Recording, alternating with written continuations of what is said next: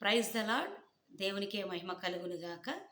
ఈరోజు దేవుని వాగ్దానము నిర్గమకాండము 34వ అధ్యాయము 10వ వచనం. అందుకు ఆయన, ఇదిగో నేను ఒక నిబంధన చేయుచున్నాను. భూమి మీద ఎక్కడనైనను ఏ జనములోనైనను చేయబడిన అద్భుతములు నీ ప్రజలందరి ఎదుట చేసేదను. నీవు ఏ ప్రజల నడుమనున్నావో ఆ ప్రజలందరూ యెహోవా కార్యమును చూచెదరు. నేను నీ ఎడల చేయబోనది భయంకరమైనది. ఈరోజు దేవుడు నీతో చేస్తున్న వాగ్దానము, నీవున్న స్థలములో, నీవున్న ప్రజల మధ్యలో నీ కొరకు, నీ పక్షాన అద్భుత కార్యములు చేస్తానని దేవుడు వాగ్దానం చేస్తున్నారు. ఇంతకుముందు ఎన్నడూ చెయ్యని అద్భుతములు నీ కొరకు దేవుడు చేస్తానని వాగ్దానం చేస్తున్నారు. ఇవి ఎంతో అద్భుతకరమైనవి, భయంకరమైనవి అని కూడా దేవుడు సెలవిస్తూ ఉన్నారు. నీ కొరకు అద్భుత కార్యములు నీవున్న స్థలములో, నీవున్న ప్రజల మధ్యలో చేస్తానని నిబంధన చేస్తూ ఉన్నాడు, వడంబడిక చేస్తూ ఉన్నాడు. ఈ రోజున ఇక్కడ వాక్యాన్ని గమనించినట్లయితే దేవుడు మోషేతో మాట్లాడుతున్న మాట, మోషేను ఆయన నడిపించుచున్న ఇశ్రాయేలులందరూ కూడా నమ్మాలి అని, దేవుడే మోషేను ఏర్పాటు చేసుకున్నాడు అని ఆ ప్రజలందరూ ఎరుగునట్లుగా, మోషే పక్షాన, మోషే కొరకు ఇశ్రాయేలులందరూ చూచేటట్టుగా దేవుడు అనేకమైన అద్భుత కార్యాలు చేస్తూనే వచ్చారు. అయినప్పటికీ వారు మధ్య మధ్యలో మోషే మీద సనుగుకుంటూ, మోషేను దూషిస్తూ, మోషేను బాధపరుస్తూ ఉన్నప్పుడు దేవునికి కోపం వచ్చింది.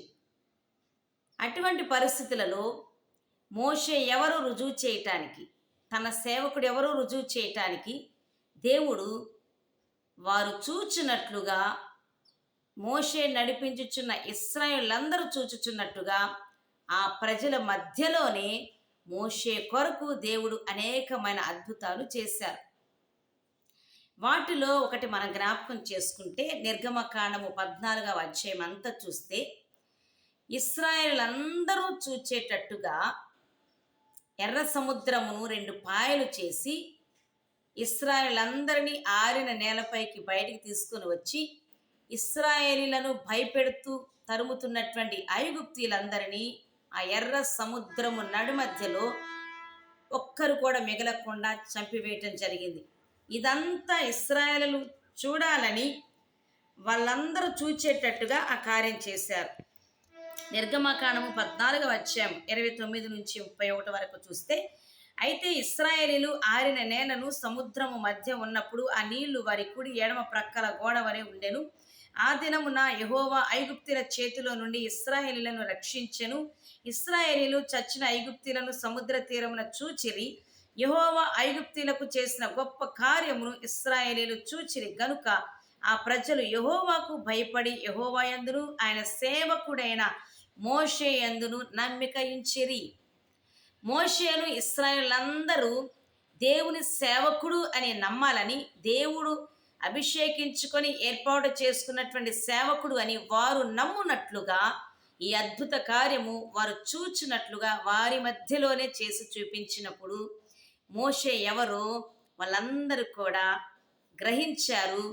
దేవుణ్ణి ఎలాగైతే నమ్ముతున్నారో, దేవునికి ఎలాగైతే భయపడ్డారో, దేవుని సేవకుడైనటువంటి వారిని నడిపించుచున్నటువంటి మోషేకు కూడా భయపడ్డారు, మోషేకు కూడా లోబడ్డారు, నమ్మినట్లుగా వాక్య లేఖనాలు తెలియజేస్తూ ఉన్నాయి.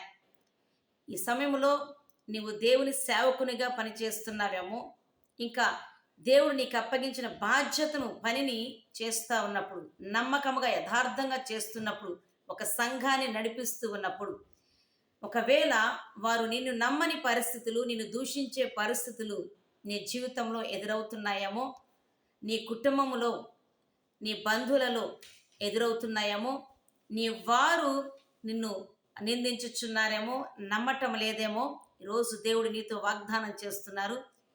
నిన్ను నమ్మని వారి మధ్యలో నీ కొరకు దేవుడు సూచక క్రియలు, అద్భుతాలు చేసి నీవు దేవుని పక్షపు వాడవని, దేవుడు నీ పక్షాన ఉన్నాడని, దేవుడు నిన్ను అభిషేకించుకున్నాడని, నీవు దేవుని సేవకురాలవు సేవకుడవు అని రుజువుపరుచుట కొరకు మోషే పక్షాన చేసిన అద్భుత కార్యములు ఈ కాలములో, నేటి కాలములో, నీ జీవితంలో నీ చుట్టూ ఉన్న ప్రజలందరూ చూచినట్లుగా భయంకరమైన అద్భుత కార్యములు దేవుడు చేయబోతున్నాడు.